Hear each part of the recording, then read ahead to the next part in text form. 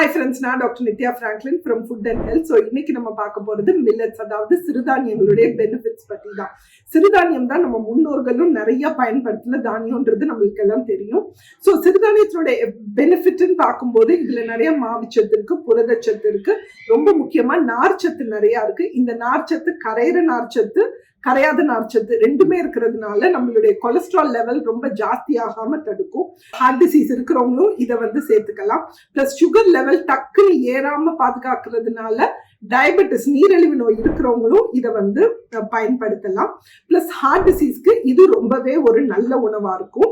Because அது கொலஸ்ட்ராலை நல்லாவே குறைக்கும். ரொம்ப முக்கியமா இது குளூட்டன் ஃப்ரீ, அதாவது இந்த சீலியாக் டிசீஸ் இருக்கிறவங்களும் இதை பயன்படுத்திக்கலாம். எல்லா வயசுல இருக்கிறவங்களும் மில்லட்ஸ் வாரத்துல அட்லீஸ்ட் ஒரு தடவையில இருந்து 2 தடவையாவது உங்க டயட்ல நீங்க இன்க்ளூட் பண்ணணும். தைராய்டு ப்ராப்ளம் இருக்கிறவங்க மட்டும் இதை கொஞ்சம் கம்மியா யூஸ் பண்ணணும்.